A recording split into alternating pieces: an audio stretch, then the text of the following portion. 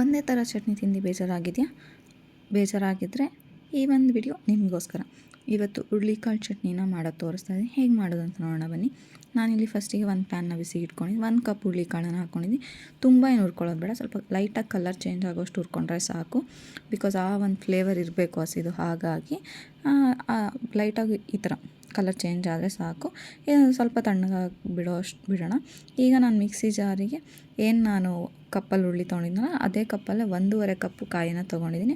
ಖಾರಕ್ಕೆ ಒಣಮೆಣಸು ಒಂದು 7ರಿಂದ 8 ಒಣಮೆಣಸು. ಇದಕ್ಕೆ ಸ್ವಲ್ಪ ಬೆಳ್ಳುಳ್ಳಿ ಜಾಸ್ತಿ ಬೇಕಾಗುತ್ತೆ, ಒಂದು 10ರಿಂದ 12 ಎಷ್ಟು ಬೆಳ್ಳುಳ್ಳಿ ಹಾಕ್ಕೊಂಡಿದ್ದೀನಿ. ಹಾಗೆ ಹುಳಿಗೆ ಹುಣಸೆ ಹಣ್ಣನ್ನು ಹಾಕ್ಕೊಂಡಿದ್ದೀನಿ. ಸ್ವಲ್ಪ ಉಪ್ಪನ್ನು ಹಾಕ್ಕೊಂಡು ನಾವು ಹುರುಳಿಕಾಳು ಹುರ್ಕೊಂಡಿದ್ವಲ್ಲ ಅದನ್ನು ಹಾಕ್ಕೊಂಡು ಗಟ್ಟಿ ಚಟ್ನಿಯಾಗಿ ರುಬ್ಕೊಳ್ಳಿ. ತುಂಬ ನೀರು ಮಾಡ್ಕೊಳಕ್ಕೆ ಹೋಗ್ಬಿಡಿ, ಟೇಸ್ಟ್ ಚೆನ್ನಾಗಿರಲ್ಲ, ಗಟ್ಟಿ ಇರಬೇಕು.